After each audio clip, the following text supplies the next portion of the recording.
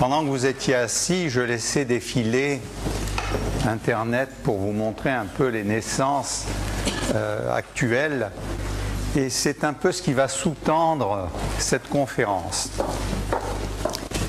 Ce qui sous-tend cette conférence, c'est qu'il faut prendre conscience qu'il y a à peu près 2 millions de bouches à nourrir de plus chaque semaine, en gros. Entre 1,5 et 2 millions. Il faut savoir qu'il faudrait, pour que tout aille bien sur cette planète, sortir 22 millions par an de personnes de la malnutrition. Et en fait, on n'en sort simplement que 6 millions. Donc ces trois chiffres vous montrent que l'équation que nous devons résoudre est complexe et relève quelquefois de l'impossible. Alors on va essayer de voir aujourd'hui quels sont les grands problèmes qui sous-tendent la terre agricole et en même temps il y a bien sûr des solutions et nous essaierons pendant ce débat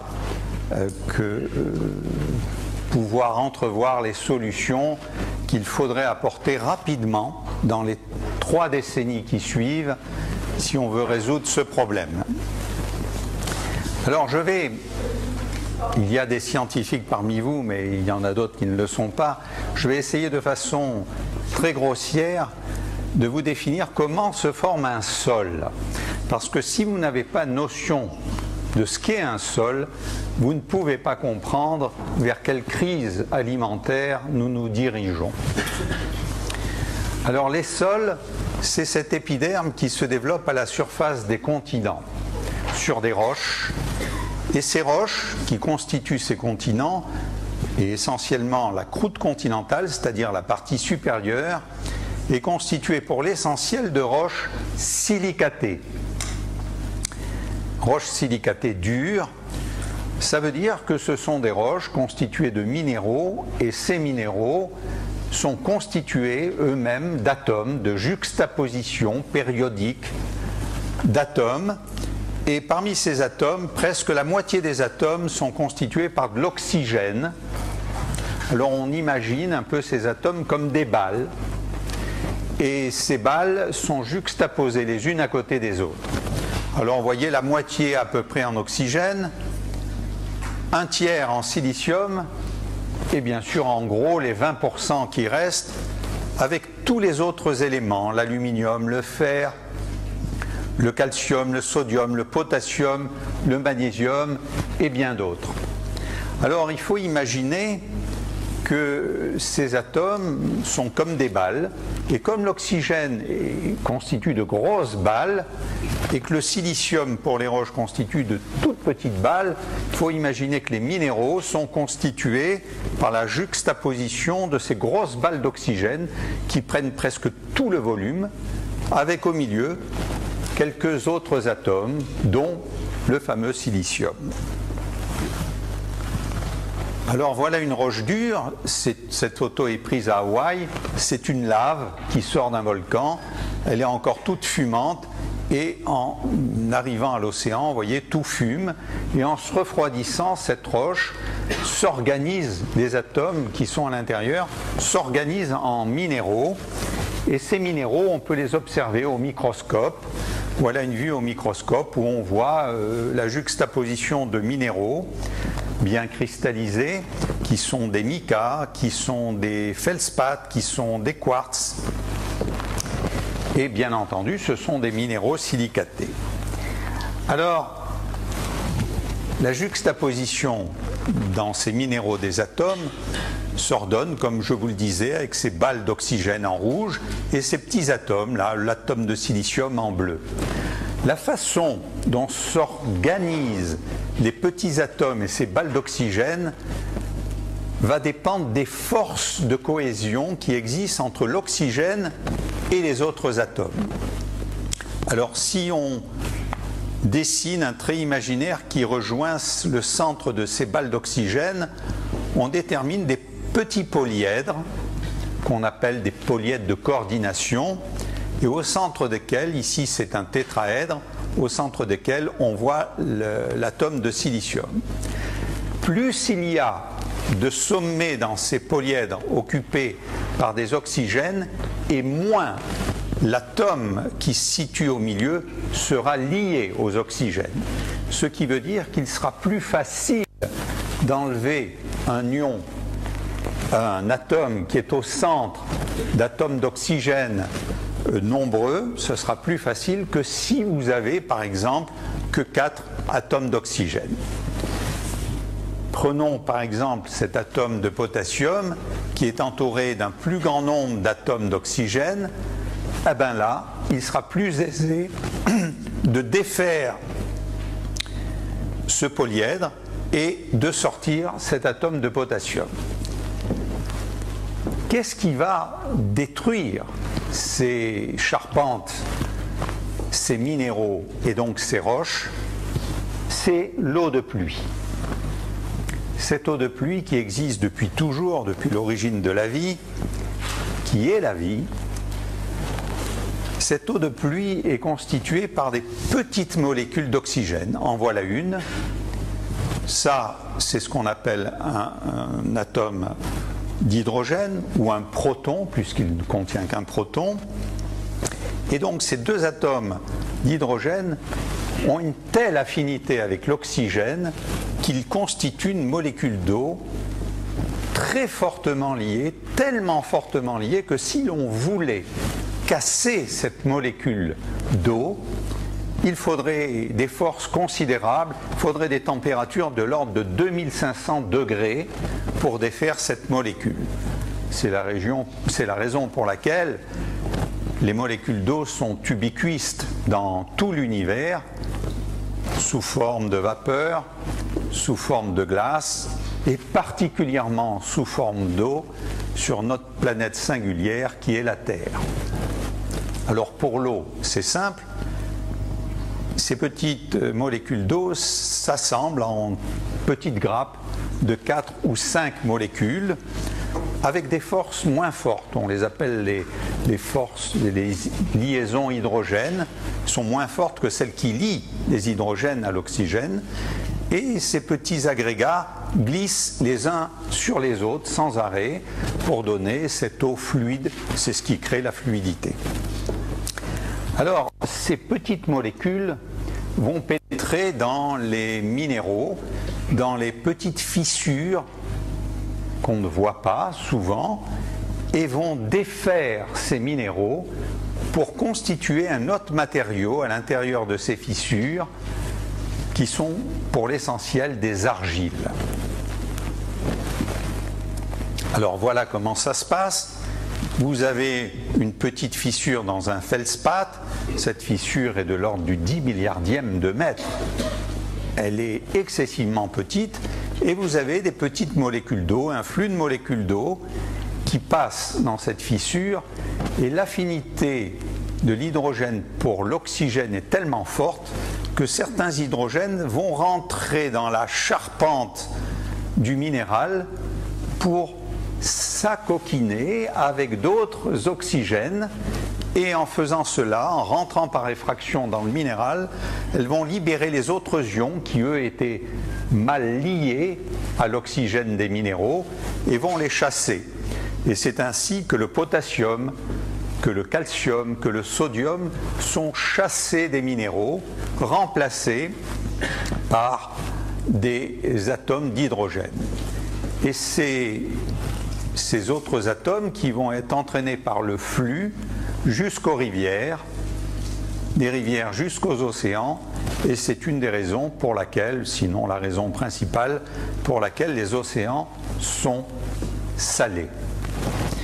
Alors bien entendu, rapidement, d'autres atomes tels que les siliciums, qui ont aussi une certaine affinité avec l'oxygène, lorsqu'ils sont libérés de la roche, ces atomes de silicium eux-mêmes vont vite se recombiner avec d'autres molécules d'eau et vont constituer des nouveaux petits minéraux minuscules que l'on appelle les argiles.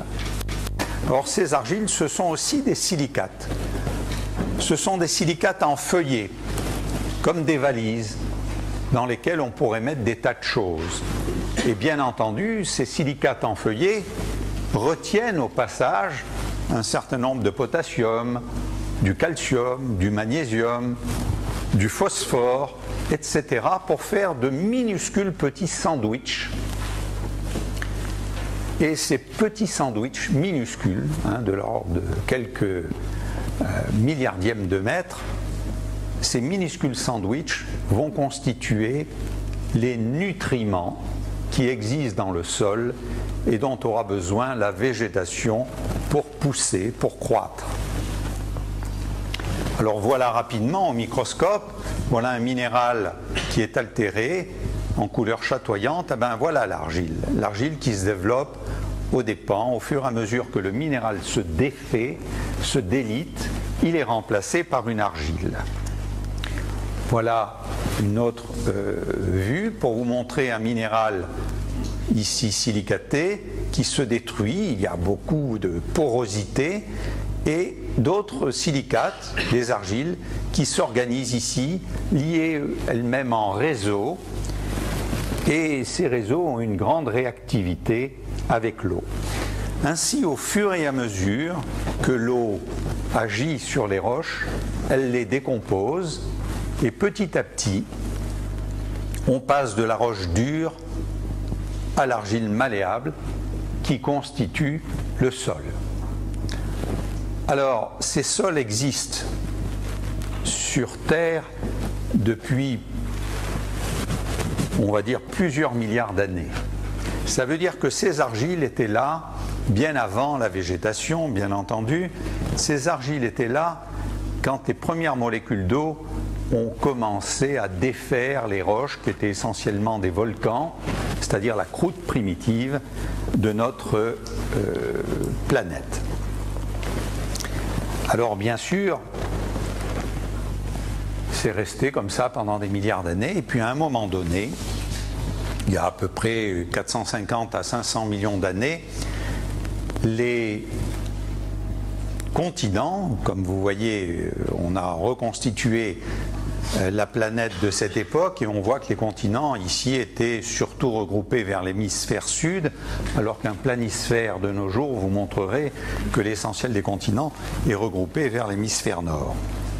Comme vous savez, il y a une tectonique globale qui fait que les continents se sont déplacés tout au long de la vie de notre planète. Et c'est à cette époque-là que les végétaux envahissent les continents. Et les végétaux et la vie a envahi les continents parce qu'il y avait déjà de l'argile. S'il n'y avait pas eu d'argile, ça ne se serait pas passé comme ça.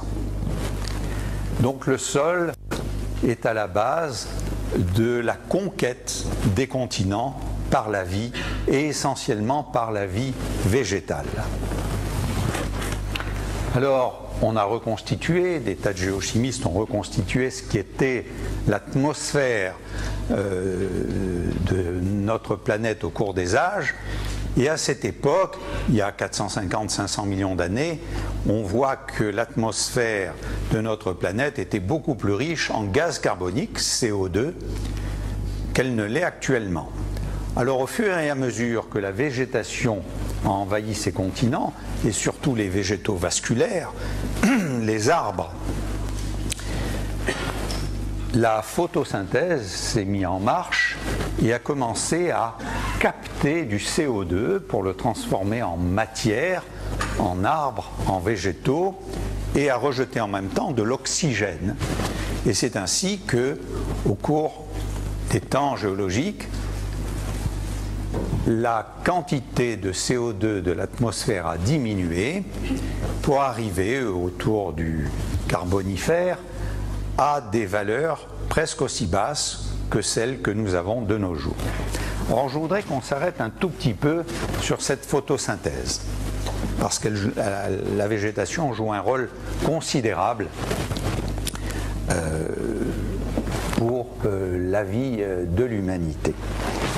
Alors, cette photosynthèse, ce qui est à l'origine, c'est l'énergie le moteur essentiel est le soleil, avec la lumière que nous recevons. C'est une énergie dont vous, nous les humains, nous ne percevons qu'une petite partie de la lumière, puisque notre évolution a été faite ainsi. On regarde, on voit essentiellement une partie de cette lumière qui est le visible.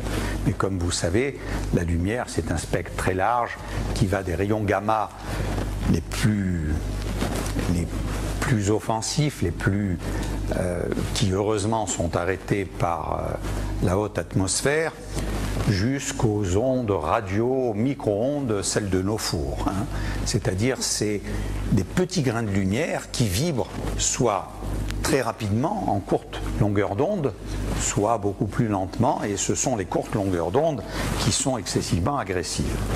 Alors, cette lumière arrive et va servir à la photosynthèse, c'est-à-dire va fabriquer des molécules à base de carbone, d'hydrogène et d'oxygène, qui sont les sucres. Juste une parenthèse pour vous dire que dans la matière vivante, le carbone, qui est un tout petit atome, va jouer dans la matière vivante le même rôle que le silicium joue dans la matière inerte pour les roches. Le carbone va jouer avec les oxygènes pour le milieu vivant. Une feuille de chêne. Alors, cette feuille de chêne est très lisse. Elle est recouverte d'une petite cuticule qui va la protéger des intempéries. C'est comme si nous allions au soleil et que nous mettons un peu d'ambre, un peu d'huile. C'est ce qui se passe. Les feuilles se protègent. Mais quand on regarde dans le détail, on voit des petits trous qu'on appelle des stomates. Ça vient du mot bouche. En voilà une cellule avec des stomates qui vont s'ouvrir pour capter le gaz carbonique, le CO2 de l'atmosphère. Pendant le jour, elle s'ouvre, il y a une lumière, elle capte le CO2 et en voilà une autre, une stomate. Et voilà ce qui va se passer dans la coupe d'une feuille. C'est la feuille de tout à l'heure qu'on a fait une coupe. Alors, les photons, l'énergie arrive par là, vous avez des rangées de cellules qui vont arrêter une partie de cette énergie. Cette énergie, ces photons vont commencer à traverser ces cellules, c'est une lumière. Toute la lumière ne va pas être arrêtée, mais elle va être donc tamisée et elle ressortira à la base de la feuille affaiblie, il y aura beaucoup moins d'énergie. Ces cellules contiennent d'autres petits corps, comme des petites cellules, qu'on appelle des chloroplastes, qui elles-mêmes ont à l'intérieur des molécules qui sont de la chlorophylle. Alors cette énergie, en tapant ces molécules, arrache à ces molécules des petits électrons et forme des petits courants électriques, puisque quand vous avez toute une série d'électrons comme ça qui se suivent, vous avez un petit courant électrique, et ce petit courant électrique va servir à dissocier la molécule de gaz carbonique, le CO2, et va séparer le carbone de l'oxygène. Bien entendu, carbone et oxygène libérés vont immédiatement se recombiner à l'eau qu'il y a dans les cellules, qui est apportée par la sève, nous allons y venir, et en se recombinant vont donner des sucres qui est à la base de la photosynthèse et de la fabrication de la matière végétale. Alors pour résumer, voilà un sol avec sa roche dure qui se désagrège et qui se transforme en argile, ici. Ces argiles contiennent des nutriments avec du sodium, du potassium, du calcium, du magnésium, mais aussi tous les oligo-éléments, le phosphore, etc. La végétation s'installe par sa fonction photosynthétique qui crée des sucres, va alimenter tous les autres organes qui, eux, ne réagissent pas avec la photosynthèse, mais les sucres vont donner des molécules de plus en plus compliquées, la cellulose, et encore plus compliquées jusqu'à donner de la lignine, qui sont de longues molécules qui rendent les plantes rigides et qui, elles, ne sont plus comme les sucres solubles dans l'eau. C'est des molécules compliquées.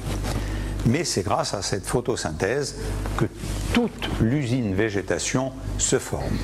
Alors, cet arbre, grâce à ses racines, va pomper des nutriments.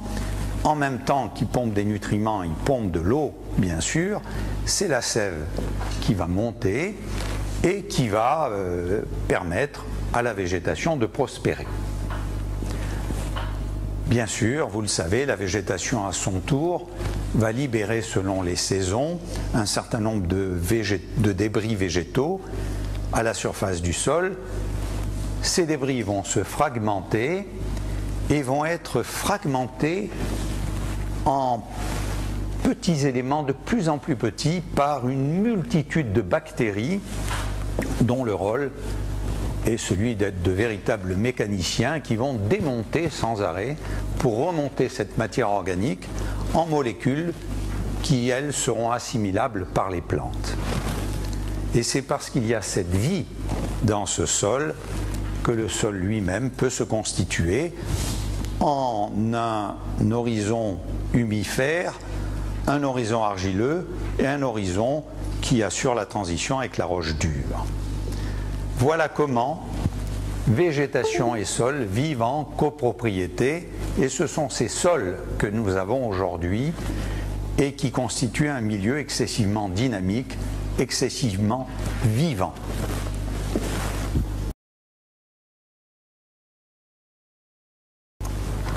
Alors cette matière organique, je vous en parle un peu puisque vous savez qu'on parle beaucoup du gaz carbonique. Alors il est important de savoir ce que font les feuilles. Ici on est dans une forêt équatoriale. Vous voyez, le sol est rouge et vous voyez qu'en surface il y a très peu de matière organique. Elle se voit parce qu'elle est soit elle donne une couleur grise, soit une couleur noire. Alors effectivement, cette matière organique, ces débris organiques, il fait tellement chaud, il y a une telle activité bactérienne que la matière organique s'oxyde rapidement, c'est-à-dire le carbone et l'oxygène se rencontrent, ils s'oxydent, le carbone va s'oxyder et va relâcher du gaz carbonique, et c'est la raison pour laquelle les forêts dites équatoriales sont à la fois des puits, parce qu'ils captent par la photosynthèse beaucoup de CO2 de l'atmosphère, mais aussi des sources, parce qu'ils en relâchent également beaucoup. Et il y a des endroits de la forêt équatoriale qui relâchent plus de CO2 qu'ils n'en gardent dans leur végétation. En revanche, si nous allons dans une zone plus tempérée, la température est moins élevée, les bactéries moins actives, et la matière organique peut être conservée sur des horizons très épais, et c'est ça qui va rendre fertiles les sols de nos régions.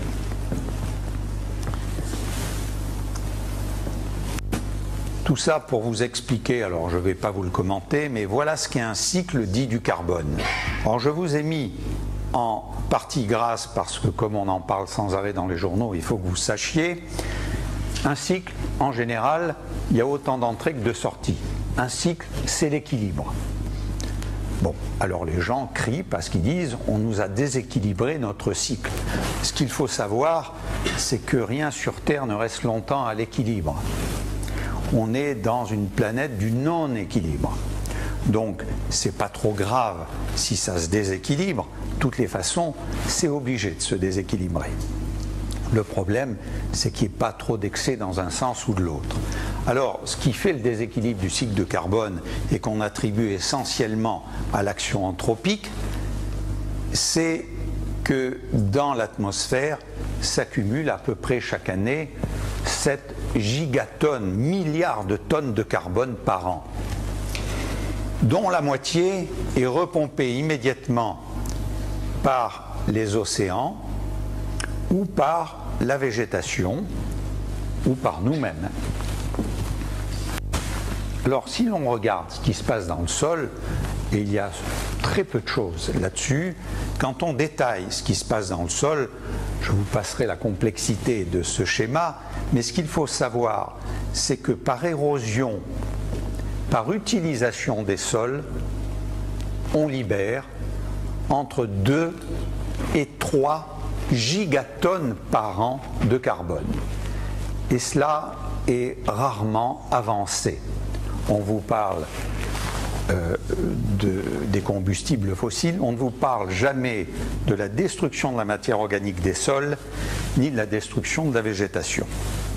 Et pourtant, à elle seule, elle constitue pratiquement la moitié de l'excès de carbone que nous avons dans l'atmosphère.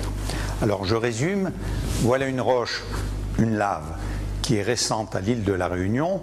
Il n'y a pas eu d'altération de ces minéraux, il n'y a pas de sol. Dès que certains minéraux commencent à être altérés, la végétation, même la plus frustre, s'installe.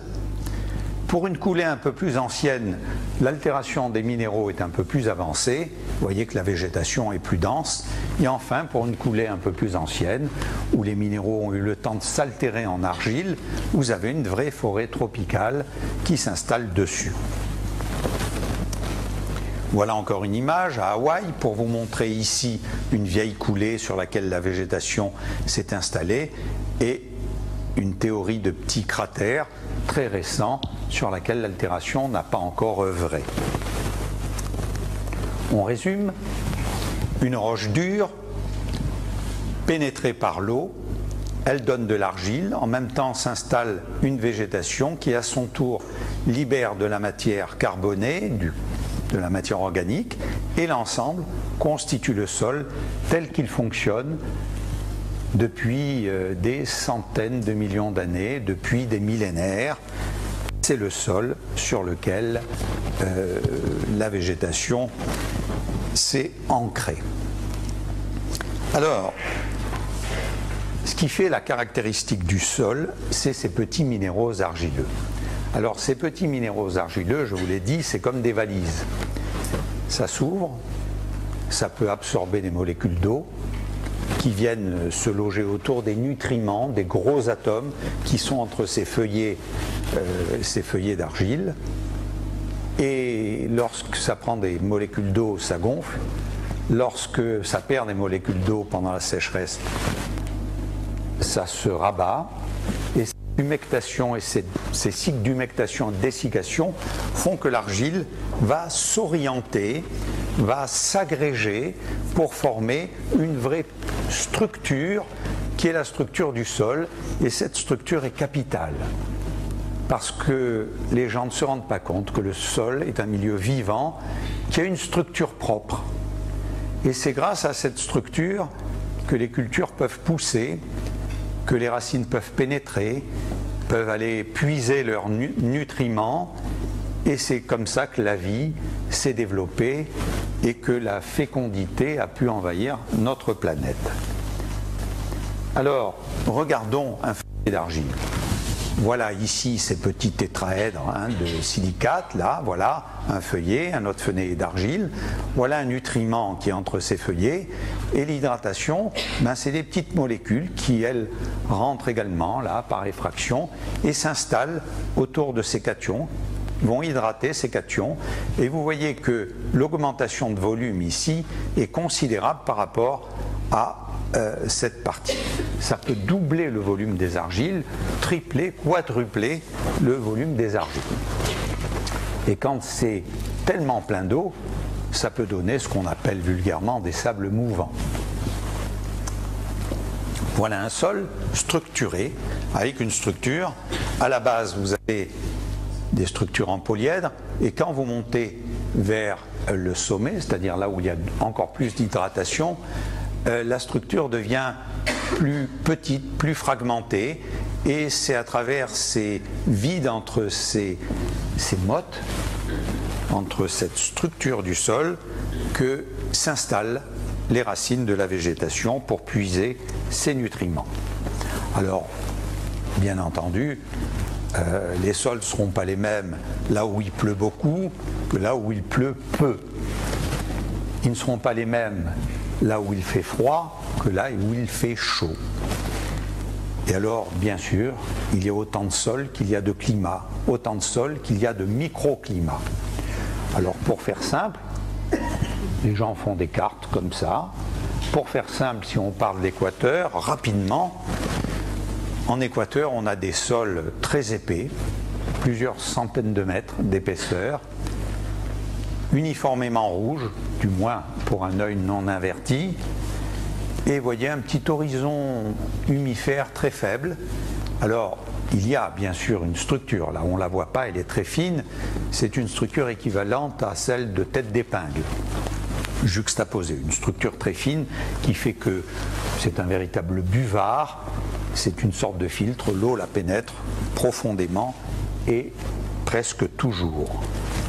Quand on va dans des climats où il pleut un tout petit peu moins, c'est-à-dire lorsqu'il y a une saison sèche, alors là, des oxydes de fer prennent leur temps de se regrouper, le sol en quelque sorte va rouiller, hein, et les oxydes de fer se regroupent en petits nodules très durs, comme ça, qui sont des petits nodules ferrugineux, dont parlait le doyen d'Ars, et c'est ces nodules qu'on a vus ensemble au début de ma carrière.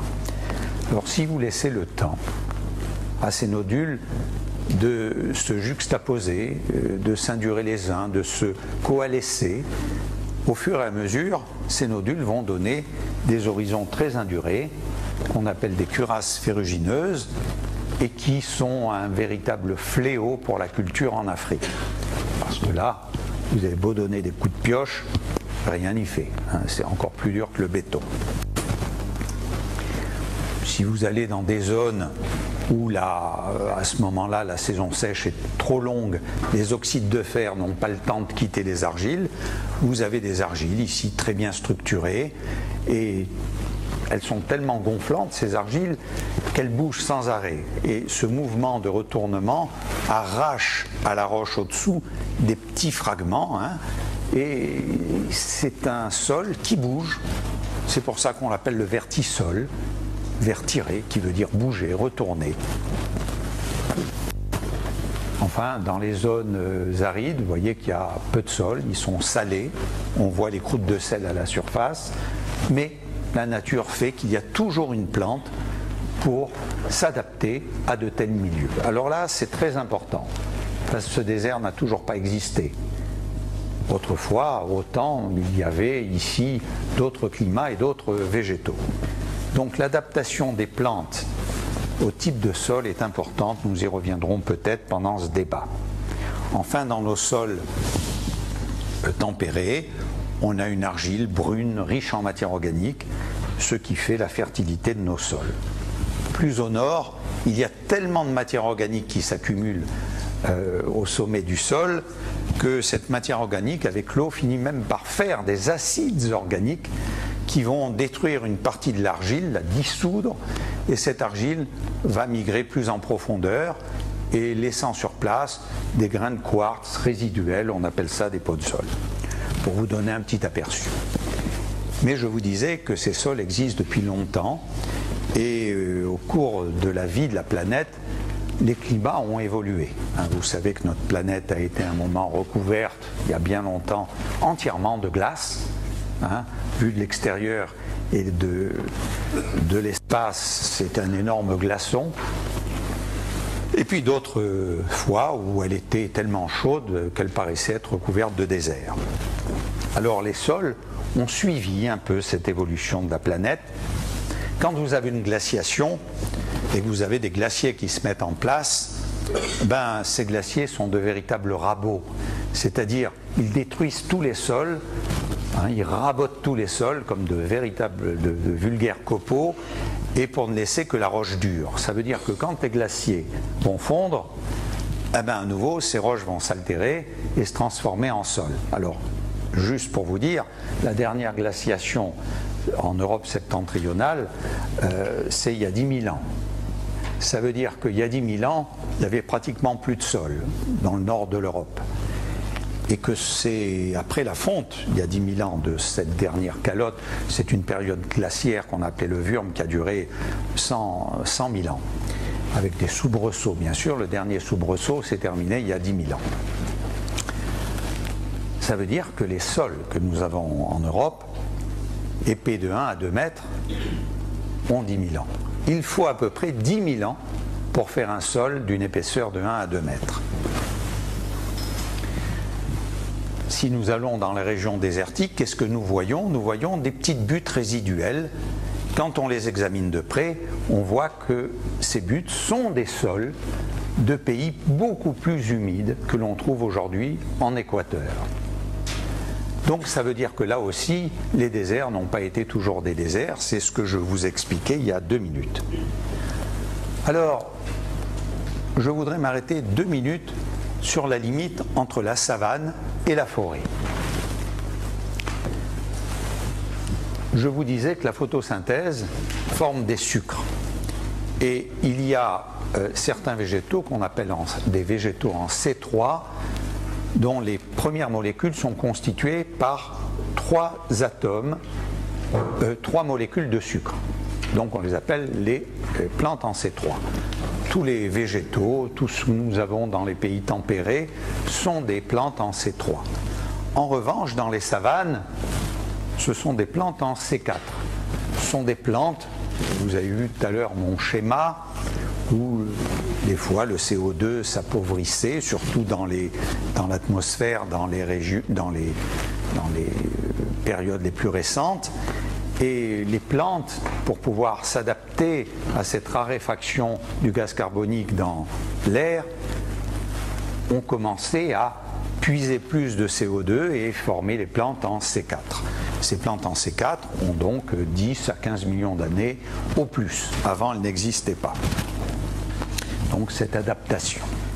Et ce qui est intéressant de voir, c'est que ces plantes en C4 et ces plantes en C3 qui sont un peu différentes, quand elles vont se défaire, quand elles vont pourrir, elles vont donner des résidus qui vont garder des signatures très différentes, soit de plantes en C3, soit de plantes en C4. Ça veut dire que quand on creuse dans un sol et qu'on analyse la matière organique, on va savoir s'il y avait une forêt ou s'il y avait une savane. Et ce qui est intéressant de voir de nos jours, c'est que la forêt, naturellement, avance sur la savane depuis un peu plus d'1 millier d'années, avance sur la savane, et que cette avancée est due au fait que le climat se réchauffe en tendance générale depuis plus d'1 millier d'années, emmenant plus de pluie à l'équateur et une plus grande aridité au Sahara. Et ces plus grandes pluies à l'équateur permettent à cette forêt d'avancer d'à peu près 100 mètres par siècle. Bon, bien sûr, l'homme est arrivé et coupe cette forêt. Mais naturellement, la forêt avance et d'éminents scientifiques ont pu monter ça grâce à ces matières organiques. Vous voyez, la matière organique violette, ces signatures montrent très nettement l'avancée sur ces zones de savane qui sont en couleur rose. Alors, la couverture de sol qui est sur nos continents est compliquée parce qu'elle est à la fois le résultat des variations climatiques à l'échelle de l'histoire de la planète et à la fois va dépendre du climat où les sols évoluent de nos jours. C'est un vrai manteau d'arlequin et il n'est pas très aisé de travailler sur les sols. Voilà à peu près l'histoire naturelle du sol. Alors maintenant, voyons un peu cette aventure humaine. Donc je vous disais, il y a 10 000 ans, dernier épisode glaciaire. Alors les hommes ne pouvaient pas trop, si on prend notre région, notre Europe, s'installer dans l'Europe septentrionale, et donc ils sont venus là où il y avait un peu de sol, plutôt autour de la Méditerranée, et ils ont commencé à domestiquer les plantes sauvages, à domestiquer les animaux sauvages, et ils ont tout simplement inventé l'agriculture et la production agricole en se sédentarisant. C'est là qu'ont commencé les malheurs de la terre. Alors, cette terre agricole, nous, on ne fait pas attention, on roule sur l'autoroute en voyant de la végétation à droite, à gauche, des cultures. Mais ce qu'il faut savoir, c'est qu'il n'y a que 22% des sols qui constituent des terres arables.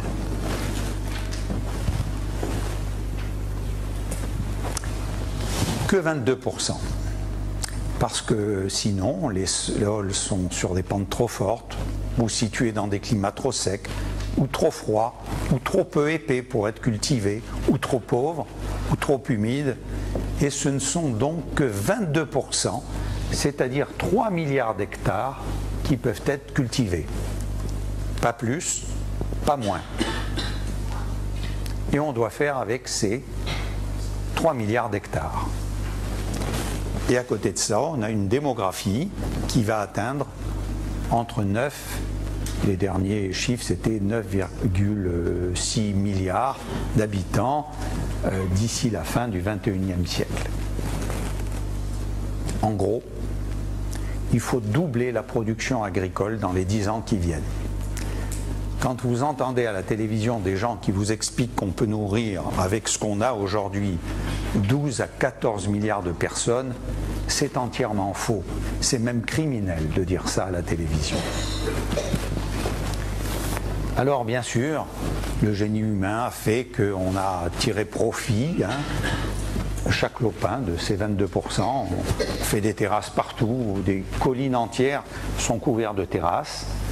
Et peu à peu, la terre s'est ridée de sillons et l'homme est allé porter de plus en plus loin l'irrigation, donc la culture, et parfois de manière déraisonnée. Et aujourd'hui, puisqu'il faut arriver aujourd'hui, on irrigue, on met des engrais, on met des pesticides et on a décuplé la production agricole. Mais à quel prix ? 70% de l'eau douce, et c'est une moyenne, est utilisée pour l'agriculture. En Chine, en Inde, c'est 93%. En Chine, c'est 90%. La France est le 3e consommateur au monde de pesticides.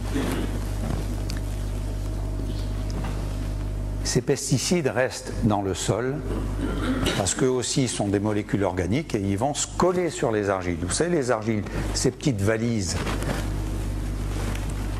c'est comme des petits cars rapides. Quand on est allé en Afrique, on voit ces petits cars rapides qui partent d'un village à l'autre.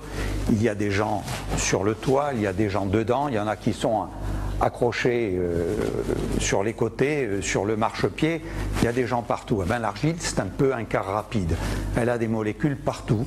Elle en a sur le toit, elle en a sur les côtés, elle en a dedans. Et parmi certaines de ces molécules, vous avez des pesticides. Et donc, quand la plante va puiser ses nutriments, elle va puiser aussi certains de ces pesticides.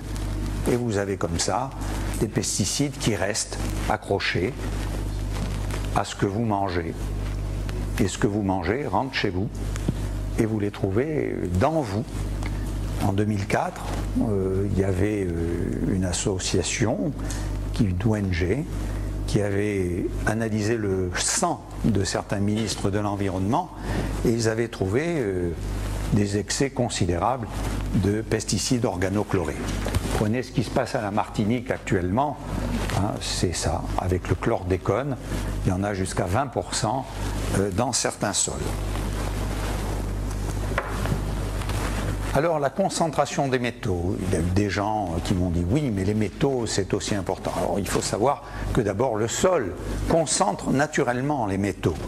Quand on vous parle de bauxite, vous avez sûrement entendu parler de bauxite puisqu'elle a été découverte au Beau. Cette bauxite c'est un minerai d'aluminium. C'est typiquement un minerai de concentration par la fabrication du sol, par la pédogenèse comme on dit. Mais ça concentre aussi des tas d'autres métaux. Si vous prenez un énorme morceau de sucre avec 3 billes d'acier à l'intérieur, que vous faites fondre ce morceau de sucre, vous allez ramasser ces 3 billes d'acier. Si c'est ce que vous voulez exploiter, ce sera plus simple d'attendre que le sucre soit fondu. C'est ce qui se passe dans les sols. Le sol va concentrer les métaux de toutes les roches pour en faire des gisements. Alors bien sûr, il y a d'autres pollutions par les volcans. Et il y a celle des rejets. Bon, voilà une exploitation de sol très épais en Australie, où les gens ici exploitent le chrome et le nickel. Ici, un sol complètement défiguré parce que de façon artisanale on exploite l'or. Dans les sols du Mali, il y a pas mal d'or concentré par pédogenèse, ou les volcans qui peuvent lâcher des quantités incroyables de métaux à une échelle régionale, mais parfois jusqu'à quelques centaines de kilomètres à la ronde. Et enfin l'homme, bien sûr, qui exploite ces métaux, l'or par exemple, comme ici, mais qui rejette du mercure qui est plus grave.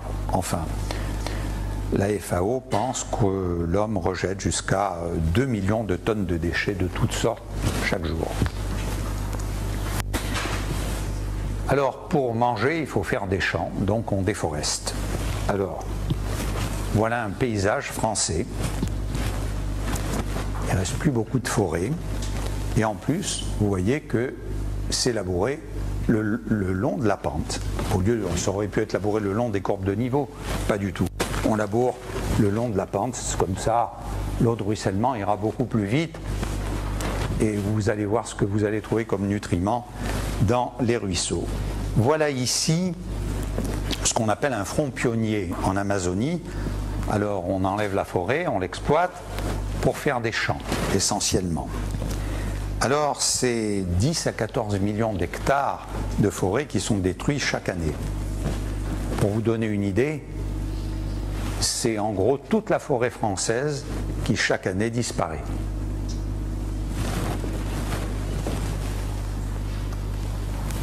Alors il a fallu exploiter, alors les surfaces agricoles ont été multipliées par 4 au cours des 40 dernières années en Afrique et en Asie, aux dépens de la forêt. Alors soit pour faire des chambres, soit tout simplement pour exploiter le bois,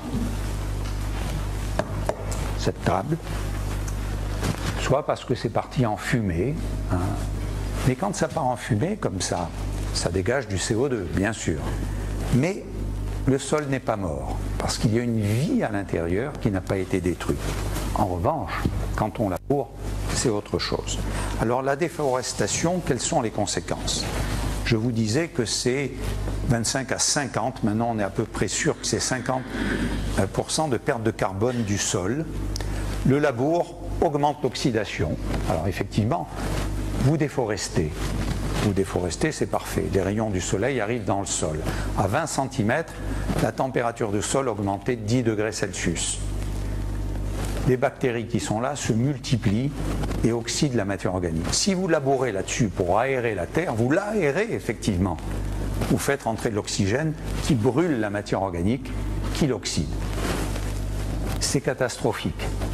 Tout le monde sait qu'au début du XXIe siècle, on a stabilisé la production agricole. Les terres ne produisent plus.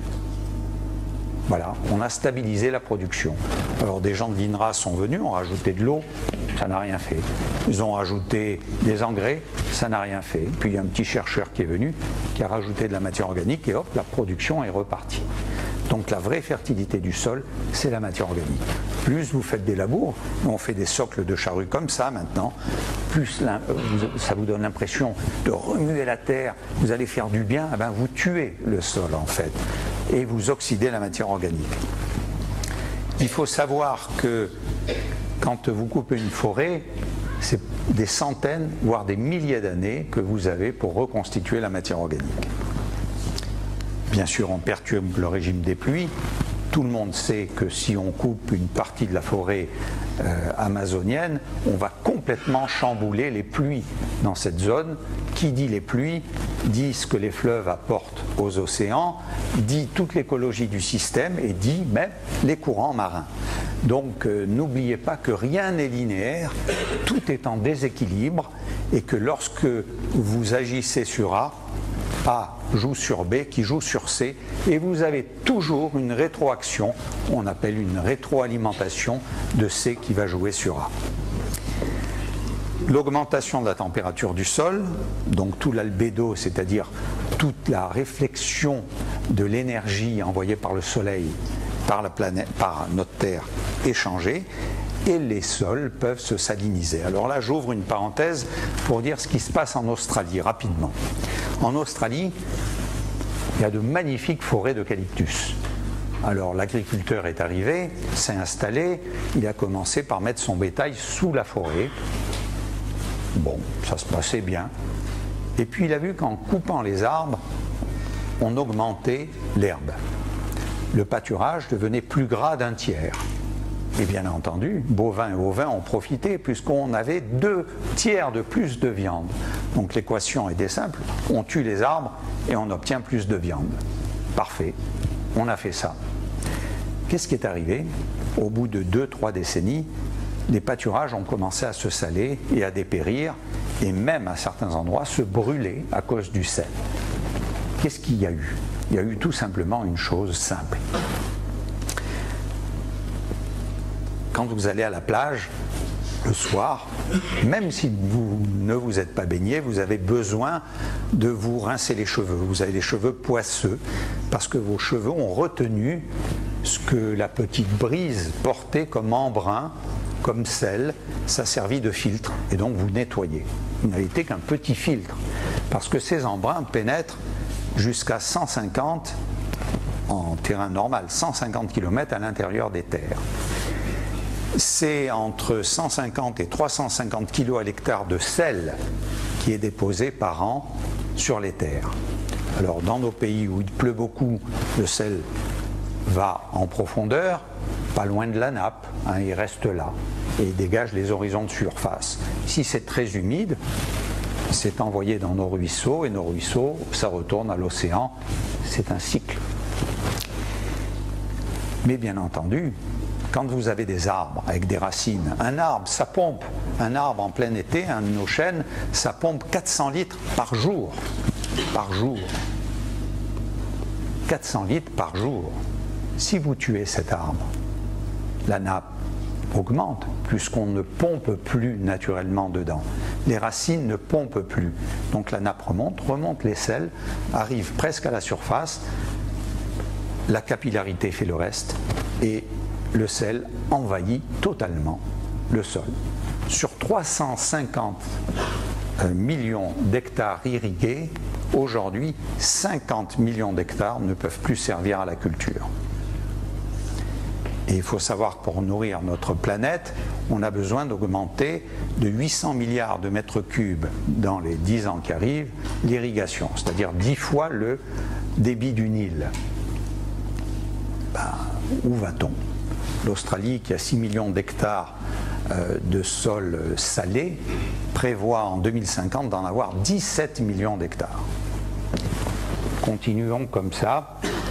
Le réchauffement, rapidement. Tout le monde a entendu parler du réchauffement. Alors je vous disais quand même qu'il y a une variabilité naturelle du réchauffement qui est une évidence.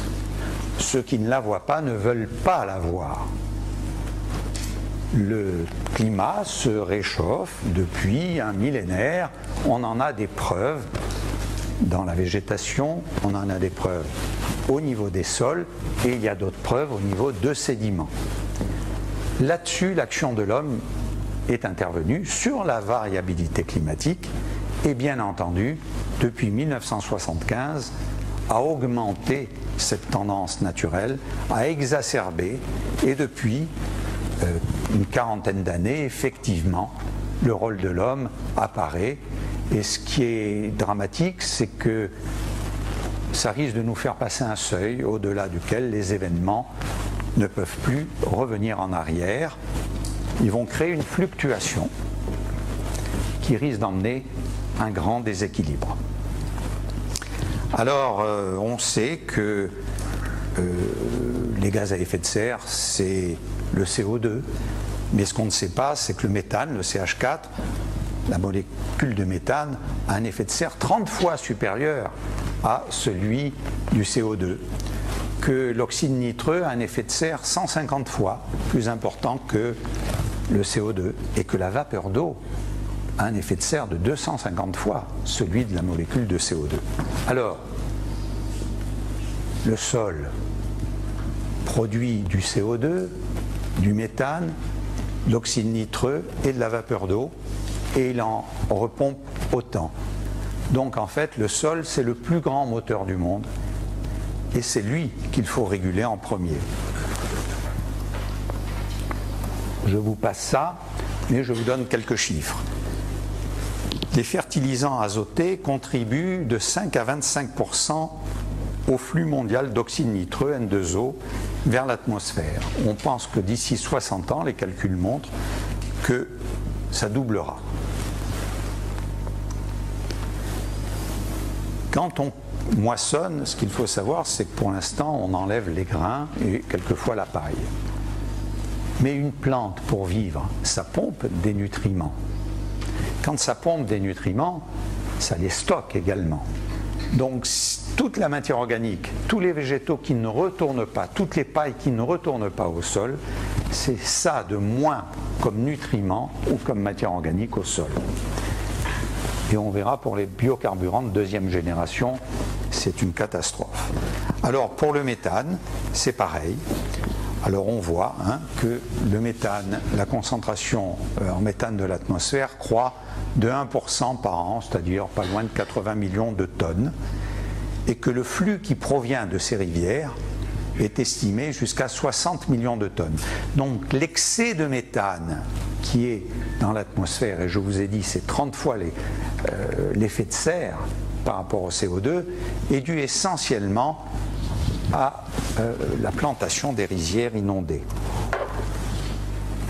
Vous avez entendu parler du permafrost ou pergélisol, comme diraient nos amis canadiens. Eh bien, par le réchauffement global, on voit ce permafrost reculer d'une quarantaine de centimètres, voilà, et depuis 40 ans, ça augmente. Alors quand ça dégèle, ça donne des marécages, et là-dedans, il y a une réserve de matière organique qui est estimée à 400 milliards de tonnes de carbone. Alors ça dégage du méthane, parce qu'il y a des étangs, puis quand ça s'assèche, ça dégage du CO2 qui prend le relais. Là, c'est un peu plus compliqué, parce que quand ça s'assèche, la végétation prend pied, et à son tour, pour pousser, prend du CO2. Donc là, je crois que les gens qui modélisent auront encore quelques difficultés pour comprendre le cycle. Vous avez entendu parler de la désertification. Alors rapidement, vous avez une zone du Sahara. Le Sahara, avec ses pulsations climatiques, a lui-même pulsé. Il est devenu tout petit, puis il est devenu plus grand, selon que le climat se refroidissait ou que le climat se réchauffait. Alors, les dunes qui étaient autrefois dans un Sahara qui était plus large, maintenant ont été envahies par la végétation et des sols se sont installés dessus, sur les marges du Sahara, c'est-à-dire comme exemple le Nord Sénégal ou le Mali. Avec la population qui croît, avec le nombre de troupeaux, on a creusé, on a cherché de l'eau, on va de plus en plus profond, on atteint les nappes fossiles qui ont presque 20 000 ans et on pompe. Et on pompe partout et les nappes descendent. Et quand on pompe, pour irriguer ou pour donner à boire au bétail, on peut pomper dans les fleuves ou dans les aquifères. Il ne faut pas oublier qu'un aquifère alimente lui-même le fleuve. Donc si vous pompez dans l'aquifère, vous aurez moins d'eau dans le fleuve. Et puis si vous pompez dans le fleuve, pour irriguer à son tour, vous n'allez avoir plus d'eau du tout. C'est ce qui arrive au Colorado. Pendant plusieurs mois maintenant, il n'atteint même pas la mer. C'est ce qui est arrivé au fleuve jaune pendant 7 mois en 1997. Il n'a pas atteint son embouchure. C'est ce qui arrive à l'Indus, etc., etc. Donc il faut être vigilant. En tous les cas, là, les sols se dégradent, les sables sont remis à vif et regagnent du terrain. C'est la désertification. Là, elle est due en grande partie à l'homme.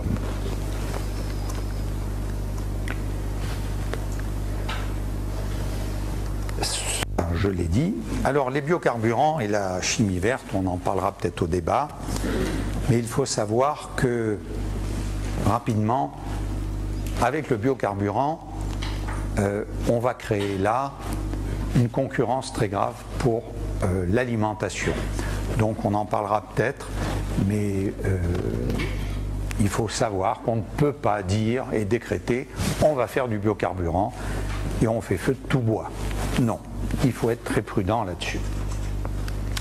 Voilà, le sol se dérobe sous nos progrès scientifiques et technologiques.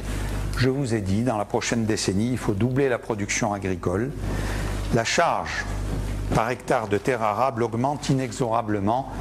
Elle est de 800 mètres carrés par habitant, alors qu'en Europe, la façon dont nous vivons, il nous faut 1400 mètres carrés par habitant, et aux États-Unis, la façon dont ils vivent, il leur faut 4000 mètres carrés par habitant. Alors, plusieurs centaines, j'ai entendu dans des émissions radio des gens qui disaient « mais on n'a qu'à cultiver autour des villes ». Oui, il faut le pouvoir. C'est plusieurs centaines d'hectares par jour qui sont consommés par les villes. Aux États-Unis, c'est 100 mètres carrés par seconde qui disparaissent de terre arable, 100 mètres carrés par seconde. Au Brésil ou en Chine, c'est jusqu'à 500 mètres carrés par seconde de terre arable qui disparaissent par urbanisation. Alors écoutez, l'érosion de ces sols, l'érosion naturelle existe. Il y a des sédiments de tout temps. Elle a été estimée de nos jours à 11 milliards de tonnes. L'homme l'a multiplié par 2. Si bien que lorsque vous avez des sols qui ont mis plusieurs dizaines de milliers d'années à se faire, une fois que vous avez déforesté, vous pouvez éroder ces sols en quelques décennies. Voilà une rigole, comme on dit, d'érosion. Et regardez ce qui arrive dans les rivières. Voilà le résidu de l'érosion, c'est-à-dire des quantités d'argile considérables qui sont des nutriments en moins. Allez sur nos routes au mois de mars, dans nos campagnes, et vous allez voir de la boue partout. C'est de l'argile, c'est des nutriments. Alors, les lits des rivières étaient beaucoup plus profonds. Une rivière qui avait un lit de 5 mètres de profondeur a maintenant 50 cm. Là-dessus, envoyer un orage diluvien, les rivières ne peuvent plus drainer. Elles débordent immédiatement puisque le lit est plein d'argile. Et les inondations sont une des conséquences de l'érosion des sols. Alors, bien sûr, conséquence de l'érosion, un régime hydrique change. Le pH, c'est-à-dire l'acidité ou la basicité, voilà quelques chiffres, charge de ruissellement. Par hectare, on arrive à éroder entre 0,5 tonnes par hectare et par an. Là, j'ai mis jusqu'à 200 tonnes par hectare et par an dans certains de nos champs. C'est-à-dire, on détruit complètement le sol. Et bien entendu, on est étonné qu'on ait une régression de la production agricole. Alors écoutez, voilà une carte qui nous montre ce qu'est la couverture des sols qui disparaît chaque année. C'est à peu près 0,5% des sols arables qui disparaissent chaque année. Ça veut dire quoi? Ça veut dire que vous avez un sol arabe compté, 22%, 3 milliards d'hectares, et que d'un autre côté, vous diminuez cette marge en détruisant 0,5% par an de ces sols. Eh bien, il faut arrêter, ça va être ma conclusion. Il faut arrêter très vite. Là aussi, le temps est compté. Je vous ai dit qu'on a quelques décennies. Il y a bien sûr des solutions, mais il faut les prendre vite. Alors j'ai écrit une petite phrase de Gaston Berger. Demain ne sera pas comme hier. Il sera nouveau et dépendra de nous. Il est moins à découvrir qu'à inventer. Je vous remercie.